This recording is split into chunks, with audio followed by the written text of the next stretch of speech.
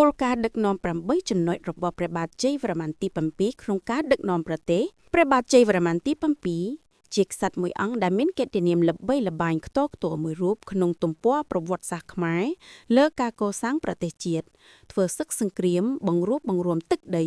លើកកម្ពស់វប្បធម៌ខ្មែរក្នុងសម័យអង្គរព្រះអង្គជាបុត្រារបស់ព្រះបាទធរណិន្ទ្រវរ្ម័នទី2និងព្រះនាងជូឌាម៉ានីជាមាតាគេដឹងថាព្រះបាទជ័យវរ្ម័នទី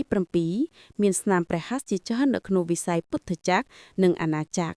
ក្នុងនោះមានគោលការណ៍8ចំណុចដែលព្រះអង្គតែងលើកយកមកអនុវត្តក្នុងភាពជាអ្នកដឹកនាំនេះបើតាមសៀវភៅព្រះបាទជ័យវរ្ម័នទី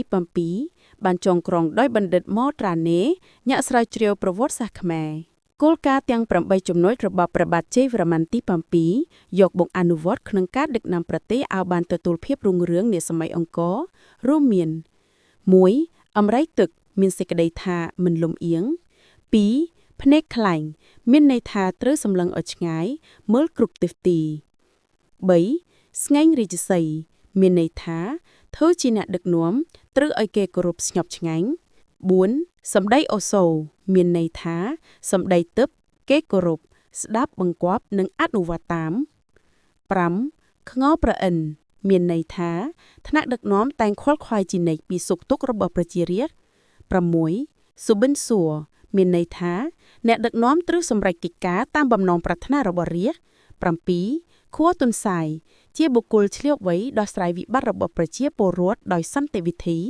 និង 8. សប្បាយស្រមោចជួយឲ្យប្រជារាស្ត្រសម្បូរសប្បាយនគររុងរឿងនៅក្នុងស៊ីដាចារឹកមួយនៅសៃហ្វុងខេ368ទល់មុខវៀងច័ន្ទប្រទេសឡាវក៏បានបង្ហាញឲ្យឃើញថា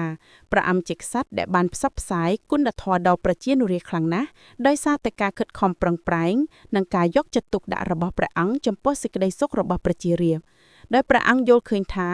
ទុក្ខសោករបស់រាស្ត្រជាការឈឺចាប់វេទនារបស់ព្រះអង្គហើយខ្លាំងជាងការឈឺចាប់របស់ព្រះអង្គទៅទៀតគួររំលឹកដែរថានៅដើមសតវត្សទី13ព្រះបាទជ័យវរ្ម័នទី7ជាស្ដេចសឹកមួយអង្គដ៏ខ្លាំងពូកែ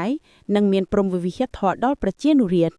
ព្រះអង្គបានបង្ក្រាបពួកបះបោរនៅក្នុងប្រទេសដោយបង្រួបបង្រួមខេមរជនទាំងអស់ដែលនៅក្រោមការត្រួតត្រារបស់ព្រះអង្គឲ្យដើរផ្លូវតែមួយតាមដង្ហែព្រះអង្គព្រមទាំងរំដោះទឹកដីឲ្យផុតពីការត្រួតត្រារបស់ប្រទេសបច្ចិមិត្តព្រះបាទជ័យវរ្ម័នទី7មានមហេសីព្រះនាមជ័យរាជទេវីក្រោយពីព្រះនាងជ័យរាជទេវីសោយទីវង្គតព្រះបាទជ័យវរ្ម័នទី7បានរៀបអភិសេកជាមួយព្រះនាងឥន្ទ្រាទេវីដែលជាបងថ្លៃ